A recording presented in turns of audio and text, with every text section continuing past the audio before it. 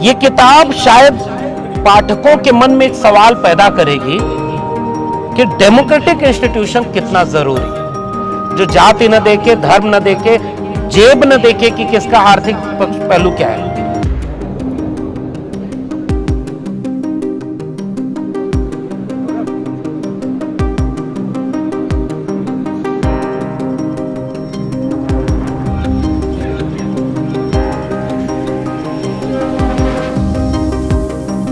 सामान्यतः एक साथ इतने करीब इतने ऑर्डर आते ही नहीं। उसके बाद हमें एक दूसरे से बड़े डिस्ट्रीब्यूटर को, ताकि वो संभाल सके अमेजन को, हमारे अकाउंट को, हमने उनसे शिफ्ट किया और वो भी नहीं संभाल पाया, फिर तीसरी कोशिश किया।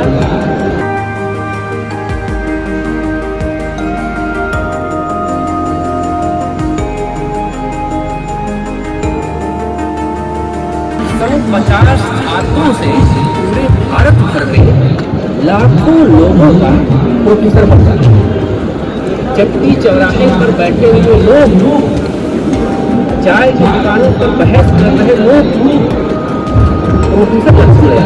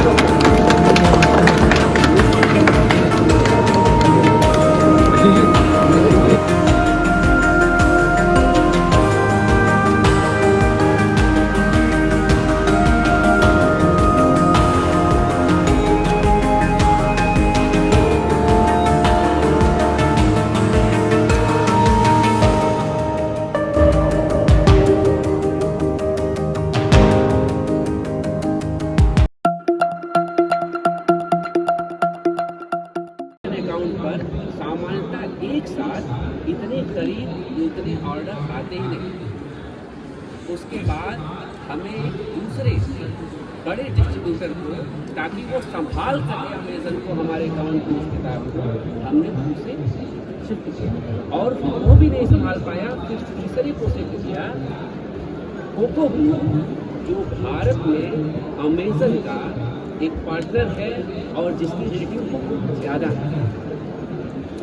हम आश्चर्यचकित थे कि हिंदी में कोई किताब इतनी पढ़ी जा सकती है, किसी किताब को लोग इतना चाह सकते हैं, किसी व्यक्ति को इतना पसंद है।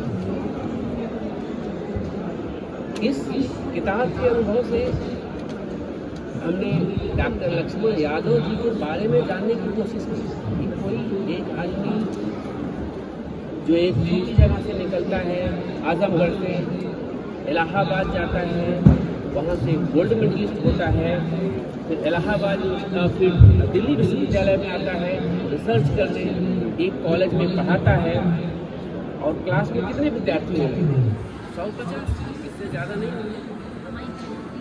150 छात्रों से पूरे भारत भर में लाखों लोगों का प्रोफेसर बन जाता है।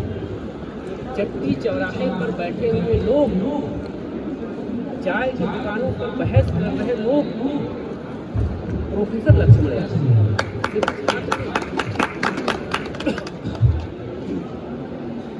किसी राजनीति के तहत या जो कुछ भी हुआ होगा, उन्हें निकाला गया कॉलेज से। तकनीकी तौर पर उनकी प्रोफेसरशिप छीन ली गई, लेकिन जिसे जनता ने प्रोफेसर बना दिया उसे नहीं छीना जा सकता। वो जनता का दिया हुआ एक अभियान, उसका दिया हुआ एक पद है जिसे कोई नहीं छीन सकता, कोई सत्ता, कोई पावर और कोई सत्ता को इसे छीन सकता। हम अनबाउंड की तरफ से फिर से एक बार डॉक्टर लक्ष्मण यादव जी का स्वागत करते हैं। और किताब के विमोचन की ज़रूरत हमें कुछ इसलिए नहीं पड़ी कि इसके पहले ही किताब हज़ारों दसों हज़ार लोगों के हाथ में किताब जा चुकी है, तो अब विमोचन करने का कोई मतलब नहीं रह गया। लेकिन मैं समझता हूँ शायद कोई एक औपचारिकता है, कुछ रिबन लगा कर रखा गया है, तो उसका विमोचन करने के लिए क्योंकि बहुत से चाहने वाले हैं लक्ष्मण जी की, इसलिए अलिंद जी को मैं आमंत्रित करता हूँ कि वो भी आएँ और लक्ष्मण जी यही दो लोग इसका विमोचन कर दें आप लोगों के सामने एक औपचारिकता जहाँ यूँ तो इस किताब को मैंने आद्योपांत पढ़ा है, मैंने इसकी एडिटिंग की है और लेकिन इससे सारी बातें मैं जान नहीं पाया, मैं संतुष्ट नहीं हुआ, इसलिए उसके बाहर भी ढेर सारे प्रश्न हैं।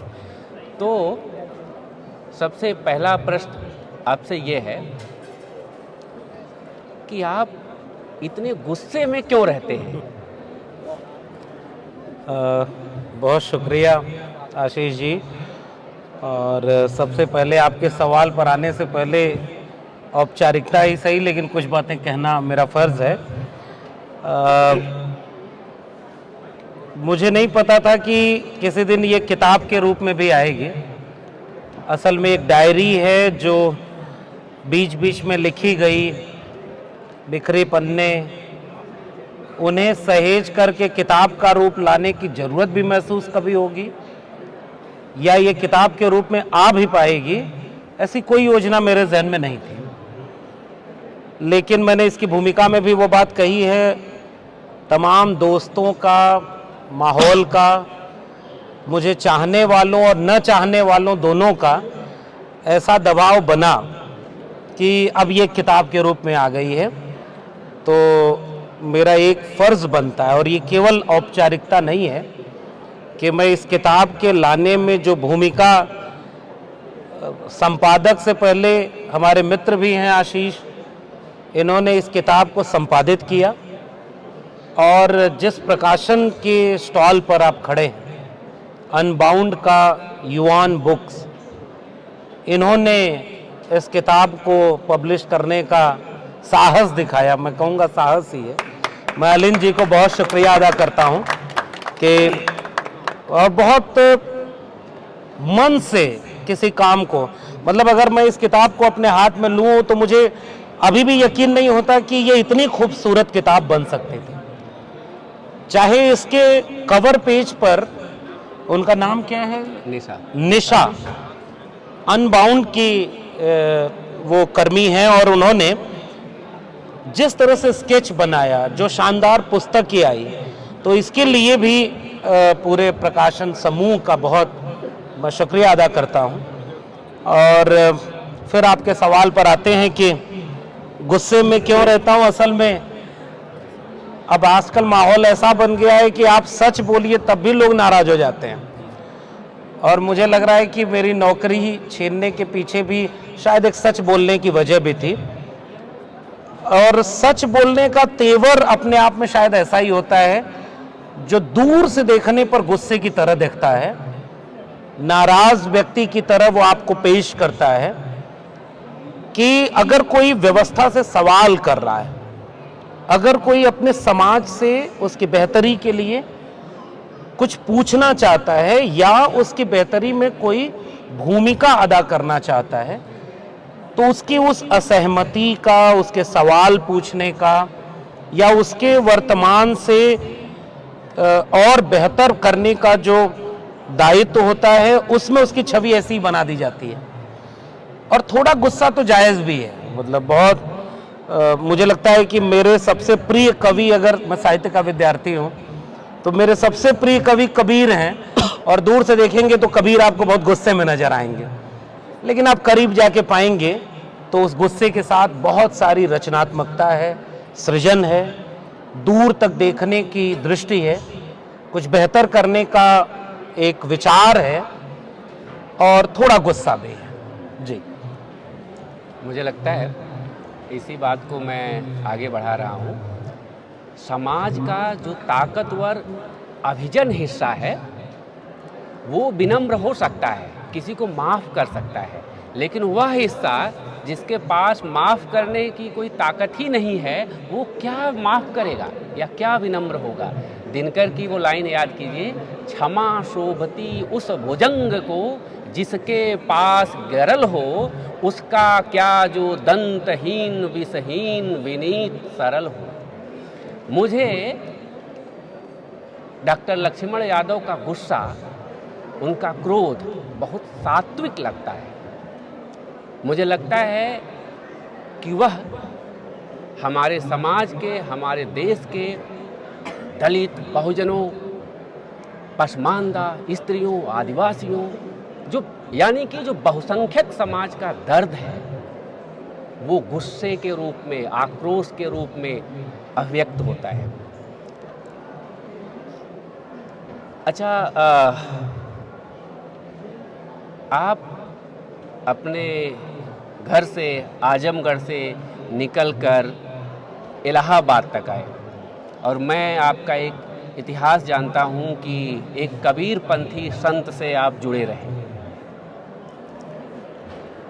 उसके बाद जाहिर है कि वो समाज की एक आध्यात्मिक धारा थी, वहाँ से निकलकर आपने ये चेतना, ये प्रोग्रेसिव चेतना कैसे हासिल की, ये इस बारे में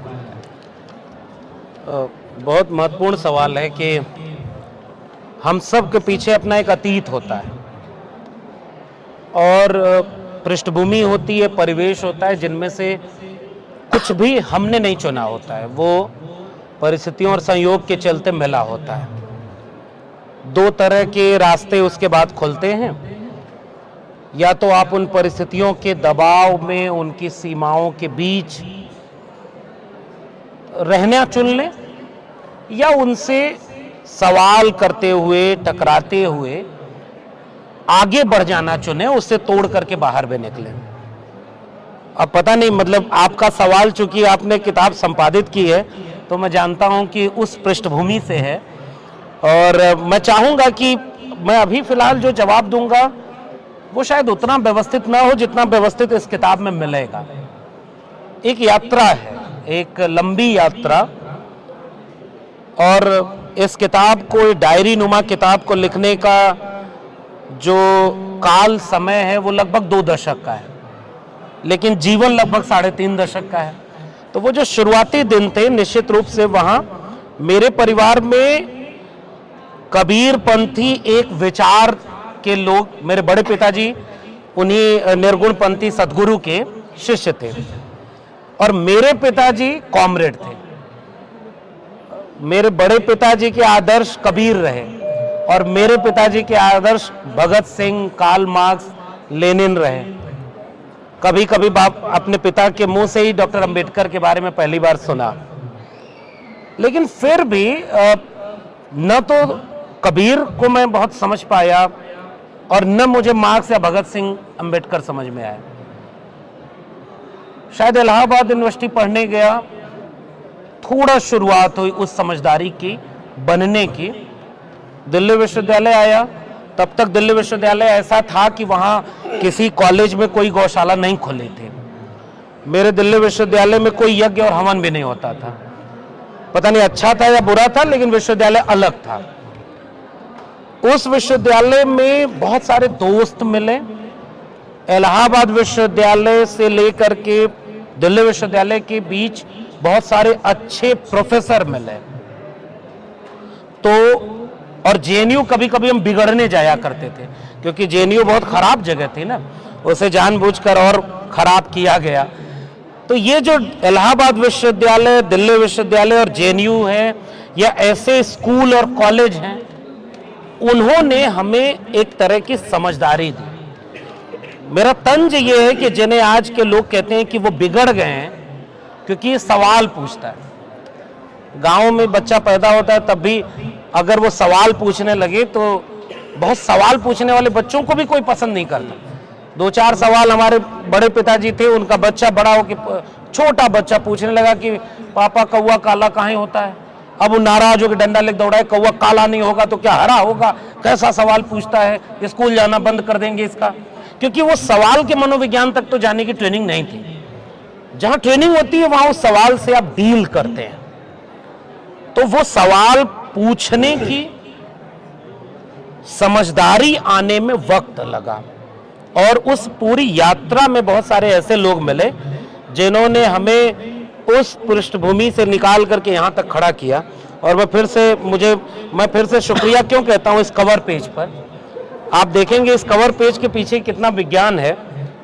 यहाँ एक गुस्से वाला चेहरा है जिसके हाथ में कलम है, और निश्चित रूप से उसके मन में गुस्सा है, नारे लगाते हुए। और ये शिक्षक आंदोलन का मेरा खुद का फोटो है जो निशा ने इसे स्केच के रूप में भरा। इधर इंटरव्यू बोर्ड है, यहाँ एक शिक्षक कुछ विद्यार्थियों को पढ़ा रहा है, और यहाँ पब्लिक के बीच में जा रहा है। इन सब के बीच में हमने अपनी विचार यात्रा तय की, और शिक्षक और शिक्षा का फर्ज ये है, कलम और किताब की शर्त ये है कि आप यूं ही कुछ मान नहीं लेंगे, पहले जानो तब मानो। ये अलग बात है कि आजकल माहौल बदल गया है, लोग कहते हैं जो हम कह रहे हैं वही आप मान लो। तमाम अच्छी किताबों ने, तमाम अच्छे प्रोफेसरों ने और दोस्तों ने मिलकर ये यात्रा तय कराई है, और उस यात्रा में हमने बहुत कुछ सीखा है जो शायद इस किताब के पन्नों से गुजरते हुए लोग भी महसूस करेंगे। इस किताब को पढ़ते हुए मुझे एक बात बराबर लगी कि पिछले 2-3 दशकों में शिक्षा संस्थानों में समाज के हाशिए के लोग आ रहे हैं, दलित बहुजन बच्चे आ रहे हैं, और ये किसी संस्थान का लोकतांत्रिकरण है, किसी समाज के लोकतांत्रिक होते जाने की एक प्रक्रिया है। इस पूरी प्रक्रिया में ऊपर से देखने पर यह लगता है कि सरकार और सत्ताएं उसके लिए व्यवस्था कर रही हैं। नए नए कॉलेजेस, यूनिवर्सिटीज़ बन रहे हैं, नियुक्तियां हो रही हैं, हॉस्टल्स बन रहे हैं, तरह तरह के फेलोशिप शुरू हो रहे हैं। लेकिन आप कहते हैं कि वहाँ उनके आने के रास्ते बंद किए जा रहे हैं, वहाँ से उन्हें हटाया जा रहा है और परेशान किया जा रहा है। आप इसे जस्टिफाई कैसे करते हैं? अब संयोग देखिए कितना अच्छा है कि मैं यहाँ कार्यक्रम में आने में थोड़ा सा लेट हुआ, क्योंकि एक प्रेस क्लब में प्रेस कॉन्फ्रेंस चल रही है। देश भर के स्टूडेंट ऑर्गेनाइजेशन जो हैं, छात्र संगठन, उन्होंने मिलकर के पूरे देश के विश्वविद्यालयों में एक सर्वे कराया। उस सर्वे में कुछ सवाल पूछे थे कि आज के वक्त में देश की शिक्षा व्यवस्था कहाँ खड़ी है, नई शिक्षा नीति ने क्या क्या नियम बदल दिए, सिलेबस कैसे बदले जा रहे हैं, फीस महंगी हो रही है क्या, रिजर्वेशन पॉलिसी को लेकर के क्या इशू है, कैंपस पॉलिटिक्स को लेकर के क्या है। और उन्हें जो सर्वे मिला उसमें यह पता चल रहा है कि आज की तारीख में महिलाएं जो विश्वविद्यालयों में 90 के बाद आना शुरू हुई थी, ऑनलाइन पैटर्न हो, CUET हो, या तमाम तरह की चीज़ें, उससे वो बाहर हो गई। सेल्फ फाइनेंस कोर्सेज आने की वजह से जो फीस आज से 10 साल पहले 4,000 रुपये थी, वो अब 40,000 हो गई। और उस पूरे सर्वे में ये दिखाया गया कि विश्वविद्यालयों को धीरे धीरे प्राइवेटाइज किया जा रहा है। अब ये संयोग है ऐसा। अब मैं आपके सवाल पर वापस लौटता हूं कि आपने शुरुआत बहुत शानदार की कि विश्वविद्यालयों ने, यानी आधुनिक शिक्षा व्यवस्था ने, इस देश में उन लोगों के हाथ तक कलम और किताब पहुंचाई जिन्हें सैकड़ों हजारों साल तक पढ़ने से रोका गया था। कभी जाति देखकर, कभी लैंगिक आधार पर, कभी और वजहों से वो शिक्षा से दूर थे। और हम जानते हैं कि मैं तो इसमें एक पन्ने पर आया है कि ज्योतिबा फूले लिखते हैं कि विद्या बिना मति गई, मति बिना गति गई। जब ज्योतिबा फूले और सावित्रीबाई फूले स्कूल खोलने जाते हैं तो उनके पूरे पुणे के इलाके में विद्रोह हो जाता है। उनके पिता से लोग कहा जाता है कि ये धर्म के विरोध में काम हो रहा है, पिता उन्हें घर से निकाल देते हैं। पूड़े और भिड़ेवाला के इलाके पर पोस्टर चिपका दिए जाते हैं कि ये लोग धर्म के खिलाफ काम कर रहे हैं। क्यों? क्योंकि वो लड़कियों को और वंचित तबके के बच्चों को शिक्षा दे रहे हैं, लेकिन शिक्षा देने का काम उन्होंने जारी रखा। सावित्रीबाई फूले के बारे में पता नहीं अब देश में कितना लोग समझते हैं। वो पढ़ाने जाती थी तो 2 साड़ी लेकर जाती थी कि पत्थर फेंके, कचरा फेंके, वो स्कूल पहुंच के साड़ी बदलती थी। वो सफर वहां से शुरू हुआ। डॉक्टर अंबेडकर पढ़ने गए तो उन्हें स्कूल से बाहर निकाल दिया जाति देख करके, और वहां से लेकर रोहित वेमुला तक का सफर। रोहित वेमुला को 2016 में क्यों सांस्थानिक हत्या का शिकार होना पड़ा, यह आज भी इस देश के सामने एक सवाल की तरह है। इस सब के बीच में भारत के संविधान ने, मंडल कमीशन ने इस देश में वंचित शोषित तबके तक कलम और किताब पहुंचाई, और निश्चित रूप से ये इन विश्वविद्यालयों की सबसे बड़ी भूमिका है। सरकार एक डेमोक्रेटिक कंट्री में कोई चुनता है, और वो भी ऐसे देश की सरकार, सामाजिक आर्थिक गैर बराबरी जहां इतनी ज्यादा हो, उस सरकार की जिम्मेदारी होती है कि किसी की जेब में पैसा है या नहीं है, किसी की जाति क्या है, किसी का धर्म क्या है, किस क्षेत्र से कौन आता है, भाषा कौन सी बोलता है, इसके आधार पर तय न हो कि उसके हाथ में कलम और किताब पहुंचेगी या नहीं पहुंचेगी, उसे अच्छी शिक्षा मिलेगी या नहीं मिलेगी। ये एक डेमोक्रेटिक वैल्यू है, और इसके तहत देश में विश्वविद्यालय खोले गए, और उन विश्वविद्यालयों के दरवाजे सबके लिए खुले, और उसके जरिए तमाम पॉलिसीज बनी, जैसे फेलोशिप आई। इसमें एक चैप्टर फेलोशिप पर भी है, एडमिशन कैसे होता है, गांव कस्बे से पहला बच्चा जो घर से चल करके पहली बार किसी स्कूल या विश्वविद्यालय तक पहुंचता है, वो एक बहुत क्रांतिकारी कदम होता है। उस बीच में सकारात्मक इतिहास का भी एक समानांतर आपको अध्याय पढ़ने को मिलेगा, और उसी इतिहास में नकारात्मक अध्याय भी है। जैसे मैं एक एग्जांपल दूं कि मैं जो गुस्से में क्यों रहता हूं, उसकी एक वजह जैसे है।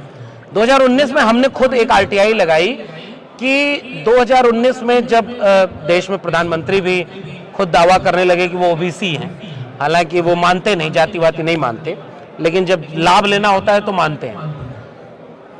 तब मैंने देश के केंद्रीय विश्वविद्यालयों में पूछा कि कितने ओबीसी प्रोफेसर हैं, तो 2019 तक इस देश में 0 प्रोफेसर ओबीसी थे। यानी वो रास्ता पूरा खुला नहीं जितना होना चाहिए था। 536 कुल कुलपति देश भर के विश्वविद्यालयों में थे, जिनमें केवल 6 दलित, 6 आदिवासी और 36 ओबीसी थे। ये डेमोक्रेटिक इंस्टीट्यूशन नहीं बन पाया। इसका मतलब ये किताब शायद पाठकों के मन में एक सवाल पैदा करेगी कि डेमोक्रेटिक इंस्टीट्यूशन कितना जरूरी, जो जाति न देखे, धर्म न देखे, जेब न देखे कि किसका आर्थिक पहलू क्या है। तो जो सकारात्मक था उसकी वजह से हम यहां तक पहुंचे। हम दोनों उसी इलाहाबाद विश्वविद्यालय में पढ़े हुए हैं, जिसकी फीस हमारे जमाने में 300 साढ़े 300 रुपए थी। वो शायद अगर 3000 भी होती तो हम पढ़ के यहां नहीं आ पाते। उसी इलाहाबाद विश्वविद्यालयों में 400% फीस बढ़ा दी। प्रोटेस्ट किया बच्चों ने तो वो जेल में थे। ये बदलाव है। और वहां से विश्वविद्यालय चल करके अब कहां गए? यूजीसी एक बना था, यूनिवर्सिटी ग्रांट कमीशन। सरकार पैसा लगाएगी कि बच्चे पढ़ें, पीढ़ियां नई तैयार हों। और सरकार के पास किसका पैसा है? हमारा पैसा है, जनता का पैसा है। सरकार ने वो बजट कम कर दिया शिक्षा का, और यूजीसी की जगह पर अब एक नई संस्था बनी जिसका नाम है हायर एजुकेशन फंडिंग एजेंसी। आप लोन लेंगे, इंस्टीट्यूट लोन लेंगे, और 5 साल 10 साल में वो लोन चुकाएंगे, तो लोन कम लेंगे ताकि कम चुकाना पड़े, तो फीस बढ़ानी पड़ेगी। तो ये पॉलिसी अटैक है। जैसे ही फीस बढ़ेगी वैसे ही वो पीढ़ी पहले ही विश्वविद्यालय से बाहर हो जाएगी, जो 1990 के बाद पहली बार विश्वविद्यालय तक पहुंची। ये मेरी चिंता है। मेरे गांव में शायद इसमें मेरे इंटरव्यू का किस्सा है कि मेरे प्रिंसिपल मेरे कॉलेज में पूछते हैं कि भाई आजमगढ़ से आप इलाहाबाद पढ़ने क्यों गए, वहाँ स्कूल कॉलेज नहीं थे क्या? मैंने कहा बिल्कुल है, लेकिन वहाँ इलाहाबाद विश्वविद्यालय नहीं है। बिल्डिंग, इमारत होना, एजुकेशन की जो बाकी औपचारिकताएं वो पूरी नहीं कर देता। माहौल होना चाहिए। अब मैं देखता हूं कि वो माहौल बदल रहा है, तो उस बदलाव को भी ये किताब रेखांकित करती है और इस आधार पर वो कहती है कि संविधान ने इस देश के वंचित शोषित लोगों को शिक्षा पाने के रास्ते खोले, लेकिन अब उस संविधान के रहते हुए उनके हाथ से कलम और किताब छीनी जा रही है। ये पूरी यात्रा इस किताब में है। अब मैं अंतिम प्रश्न पूछूंगा। बड़ी गंभीर बातें हो गई। ये कुलपति के हाथ में पिस्तौल का क्या किस्सा है, ये आप सुनाएं।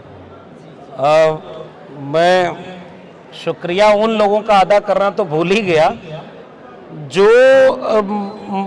घर पे गांव में बैठकर खेत में लोग इस किताब को पढ़ते हुए फोटो भेज रहे हैं।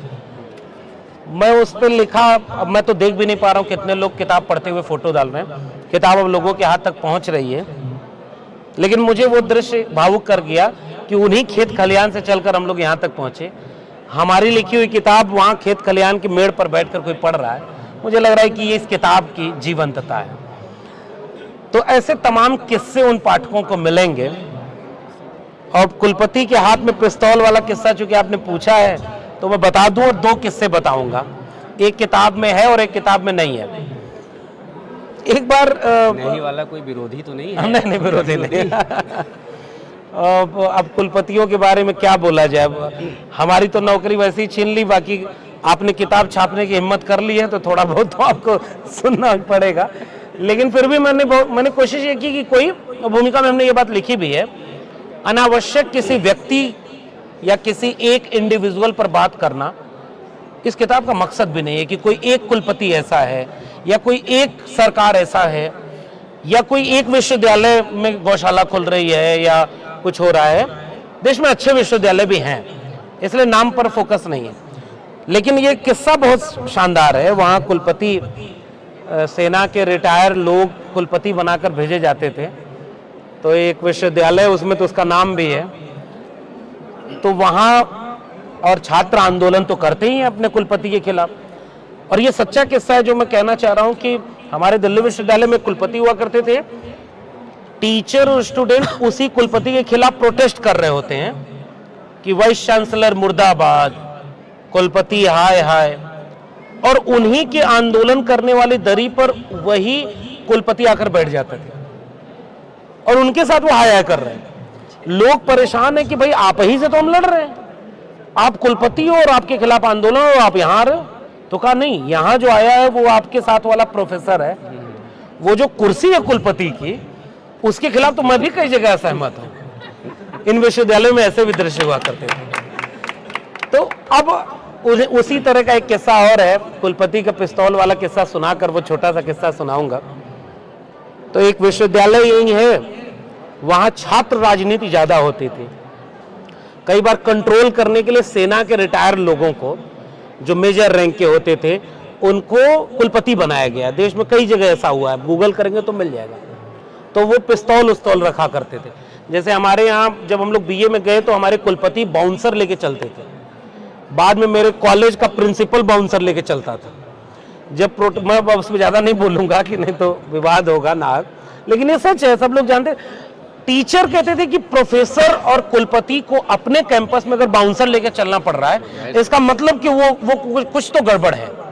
क्योंकि प्रोफेसर अगर अपने विद्यार्थियों के बीच में बाउंसर लेके पिस्तौल लेके जाएगा, इसका मतलब कुछ लैप्स हो गया है, और वो है यकीन भरोसा।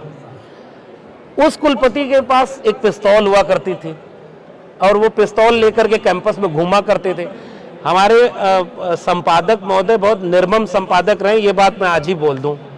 तो बहुत सारे किस्से तो इन्होंने छोटे कर दिए, कम कर दिए, क्योंकि और मैं ये कहता भी हूं कि उससे ये किताब खूबसूरत बनी है, उससे इस किताब का सौंदर्य बढ़ा है। इन्होंने कहा कि जो बात एक लाइन में कही जा सकती है वो 5 लाइन में क्यों कहे। तो मैं इनसे कहता था कि नहीं, 5 लाइन में 5 तरह से वो बात कही है हमने, लेकिन फिर भी बात to the point I.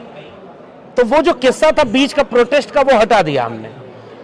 Protest हो रही है, कुलपति खड़े हैं, उनके जेब में पीछे पिस्तौल लगी हुई है, 2-3 बाउंसर हैं और सामने स्टूडेंट मूवमेंट चल रहा है, वाइस चांसलर मुर्दाबाद, हमारी मांगे पूरी करो। और उसमें कोई ऐसा निर्णय कुलपति लेते हैं जिससे छात्र और गुस्से में हो जाते हैं, और छात्र जब गुस्से में होते हैं तो कुलपति को दौड़ा लेते हैं। अपने बाउंसर के साथ और पिस्तौल के साथ वो कुलपति भागते हैं अपने आवास की तरफ। थोड़ी देर बाद एक उनका जो बाकी लोग होते हैं, उनमें एक चपरासी वो आ रहा होता है, प्रोटेस्ट साइट पर कुछ खोज रहा है कि कुछ गिर गया है।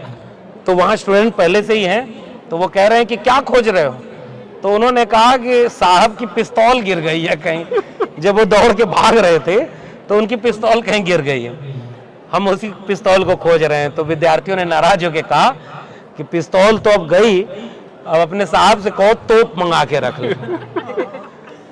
मैंने ये बात थोड़ा व्यंग करने के लिए कही, लेकिन मुझे नहीं पता था कि जेएनयू में एक कुलपति ऐसे आएंगे जो ये मांग करेंगे कि राष्ट्रवाद कम हो रहा है देश के नौजवानों में, इसलिए देश के हर विश्वविद्यालय में एक तोप खड़ी होनी चाहिए। तो कलम से तोप तक की यात्रा है ये किताब। और आखिरी किस्सा में बहुत छोटा सा, अभी मैं जब आया तो हमारे तमाम विद्यार्थी हैं, इसमें शुरुआती पन्नों में वो भी है। हम लोग इलाहाबाद विश्वविद्यालय के थे और हमारे एक बहुत प्रिय शिक्षक जिनका नाम मैंने किताब में भी रखा है, हम उन्हें याद भी करते हैं, हम लोगों के बनाने में उनकी भूमिका है। प्रोफेसर सत्य प्रकाश मिश्र हुआ करते थे और पैर छूने पर वो दौड़ा लेते थे कि यहाँ पैर में कोई ज्ञान नहीं है भाई, हाथ मिला लो, दूर से प्रणाम कर लो, और पैर छूने को वो रोकते थे। उस इलाहाबाद विश्वविद्यालय और ऐसे प्रोफेसरों ने हमें बनाया था। और यहाँ के लोग या आजकल के लोग सोचते हैं कि हम सच न बोलें, इन्हीं प्रोफेसरों ने हमें रीढ़ पैदा की। प्रोफेसर को आपने सिखाया कि कलम और किताब का मतलब ही होता है सच और हक की बात करना, और आप प्रोफेसर से इस बात के लिए नाराज हो जाओ कि बहुत ज्यादा सच बोलने लगा है, सवाल पूछने लगा है।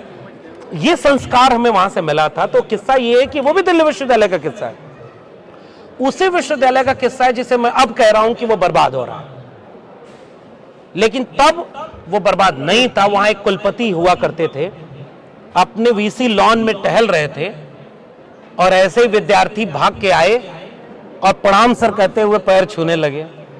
तो उन्होंने रुक के अंग्रेजी में बोला था, मैं उसका हिंदी अनुवाद कर दूं। उन्होंने कहा कि यहाँ क्या है जो छुए हो? तो उन्होंने कहा कि गुरुजी, हम आपका सम्मान कर रहे हैं, आप हमारे गुरु हैं, ज्ञान का आशीर्वाद लेने के लिए हम आपका पैर छुए। वाइस चांसलर ने कहा कि यहाँ किसी भी किस्म का ज्ञान नहीं है, वो देखो लाइब्रेरी की बिल्डिंग है, उसमें किताबें रखी हुई हैं, पैर कभी मत छूना, जाके किताबें पढ़ो, वहां से तुमको ज्ञान मिलेगा। तो इस तरह से हम बने हैं और मुझे लगता है ऐसी किताबें, और मैं उन तमाम पाठकों का शुक्रिया अदा करता हूं और मैं चाहूंगा कि वो पढ़कर अपनी भी प्रतिक्रिया जरूर देंगे। ये अपना एक किस्सा सफरनामा है। इस किताब का हर अध्याय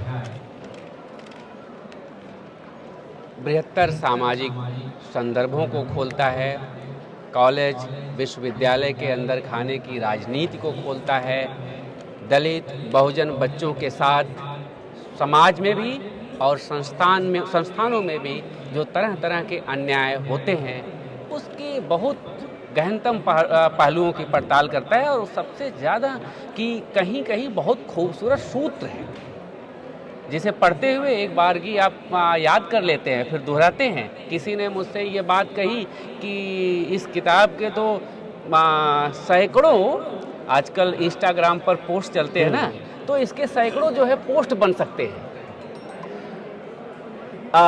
अब मैं इसमें और ज़्यादा हस्तक्षेप नहीं करूँगा।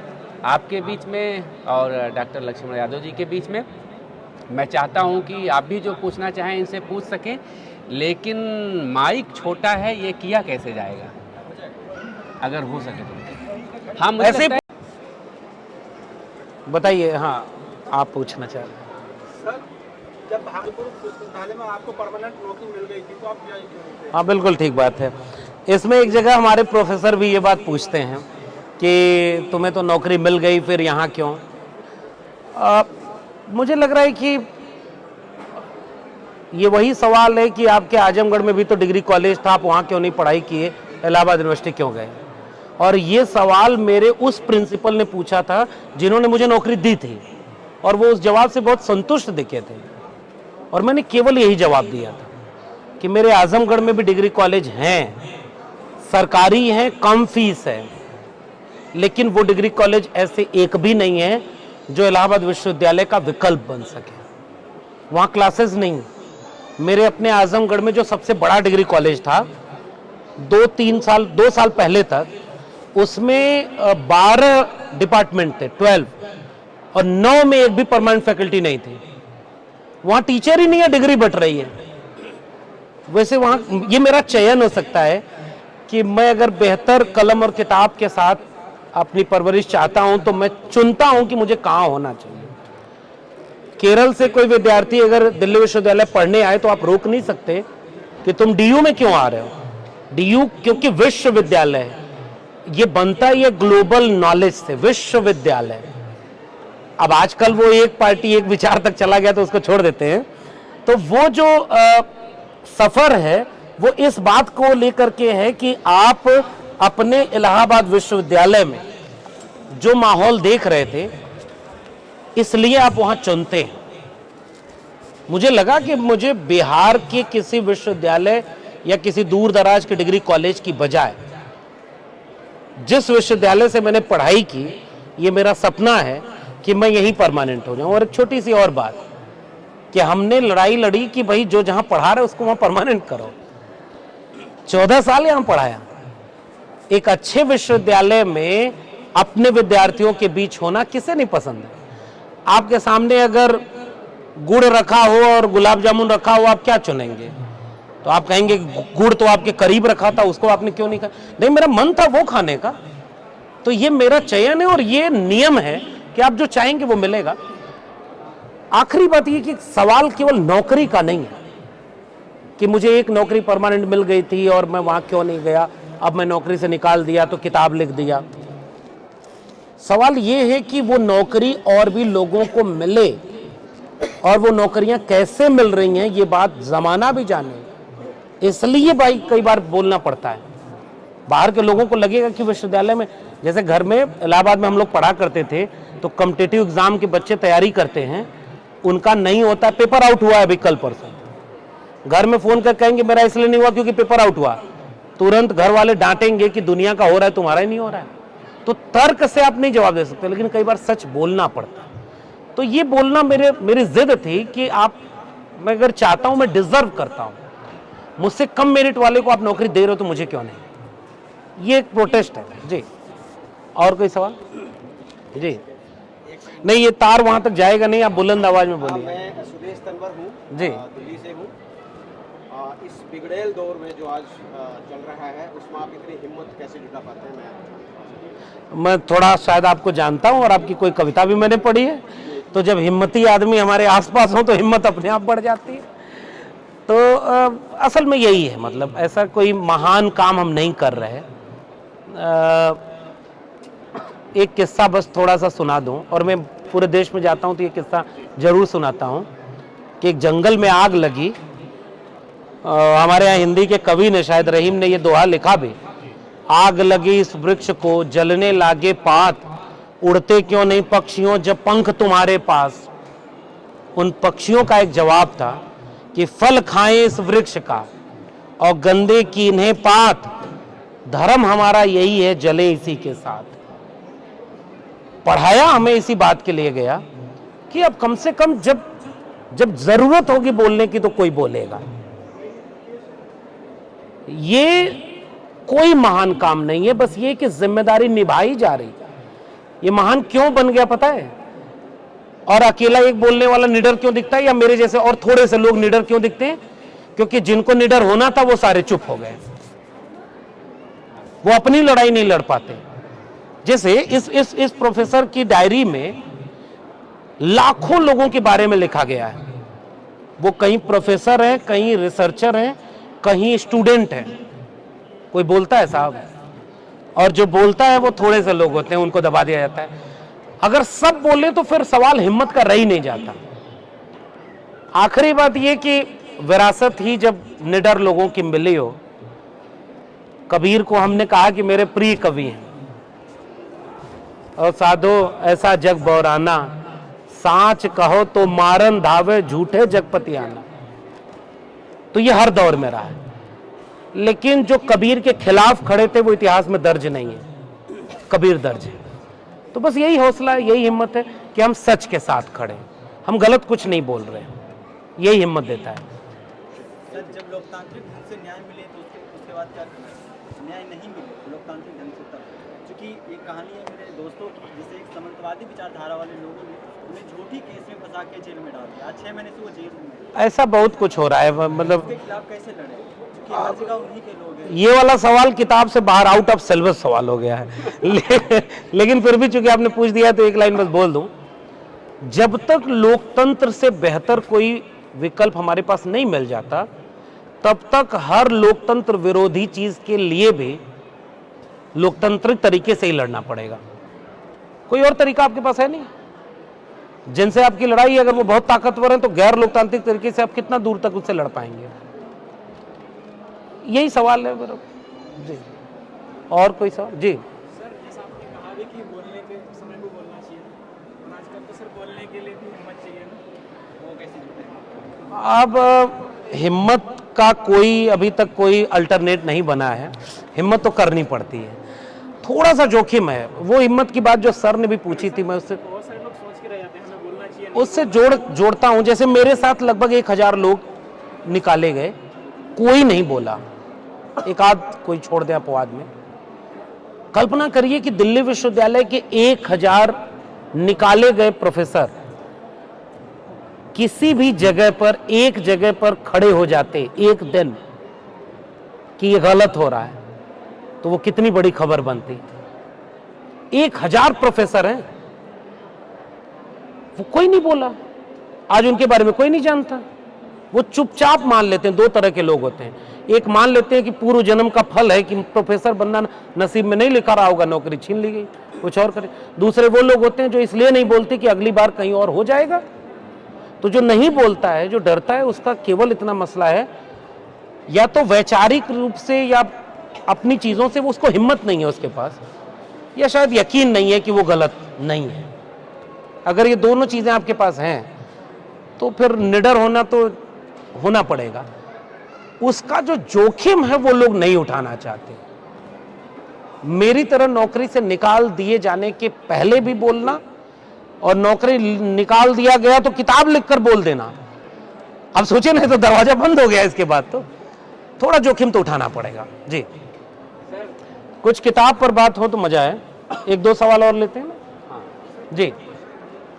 अच्छा, एक ये पूछ ले किताब पर। सर मेरा थोड़ा साहित्य से रिलेटेड, उसके लिए फिर कोई और क्लास लगाएंगे हम, तब मिला जाएगा। कोई बहुत जरूरी बात है तो पूछ लीजिए। हाँ, वो थोड़ा किताब पे हम लोग बात कर लें। एक सर ये बोल रहे थे। हाँ सर मेरा क्वेश्चन आपसे ये है, आपकी बहुत अच्छी हिंदी है और जो हम यूथ हैं हम इसको कैसे फॉलो करें। दूसरा क्वेश्चन मेरा ये है सर, अभी जो विश्वविद्यालय से आपको हटाया गया है वहाँ से, क्या आपका इन द फ्यूचर विधानसभा या लोकसभा के लिए होगा? ये भी आउट ऑफ सिलेबस क्वेश्चन है। नहीं, कोई एक तो इन्होंने कहा कि भाषा अच्छी है, मैं एक जगह लिखा हूं इसमें कि बहुत अच्छी चीज होना भी उन लोगों को नागवार गुजरता है जिनका खुद का कुछ बहुत अच्छा नहीं होता है। अब मैं और इशारा नहीं करूंगा तो, लेकिन इसलिए किसी और की तरह हो जाए मेरी भाषा या मेरी शख्सियत, मुझे लग रहा है कि अप्रोच ही ठीक नहीं है। अपने आप में मैं कितना बेहतर हो सकूं, मेरी भाषा और मुझसे हो सकता है अच्छी भाषा आपकी हो जाए, तो कंपटीशन तो एक तो खुद से है, और भाषा बेहतर हो इसके लिए भाषा को बरतना बेहतर हो, अच्छी किताबें पढ़ी जाएं, अच्छा बोला जाए तो अच्छा लिखा जाएगा। इससे ज़्यादा बेहतर है कि अच्छा सोचा जाए, तो कुछ अच्छा सोचेंगे तो अच्छा बेहतर हो जाएगा। और बाकी आगे क्या करेंगे ये कुछ बहुत सोचा नहीं है।